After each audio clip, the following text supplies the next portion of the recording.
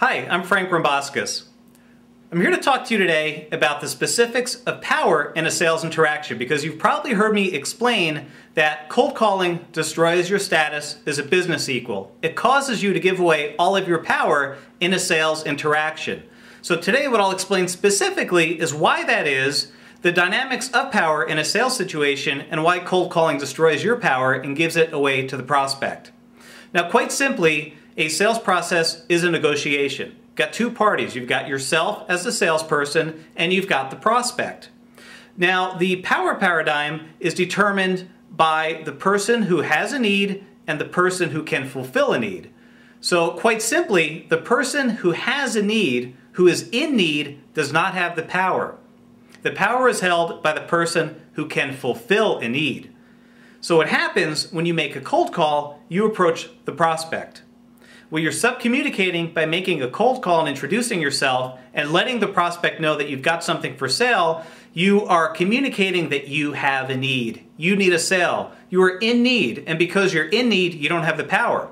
You've just given all the power away to the prospect because you have now placed the prospect in the very powerful position of being able to either fulfill your need or to say no and deny your need.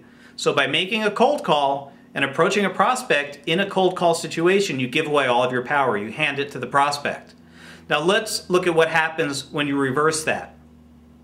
When you set up a system of self-marketing, the type of prospecting lead generation techniques that I teach, you put yourself in a position to attract prospects to you. In other words, you're positioning yourself so that prospects can see what you've got to offer. They can contact you, whether they email you, whether they telephone you. They're raising their hand and saying, I am interested in what you've got. I think I may have a need that you can help me with. So think about that. Think about what happens there. The prospect approached you. The prospect said, I have a need. What that means is the prospect does not have the power. The prospect contacts you and communicates that they have a need that you may be able to fulfill.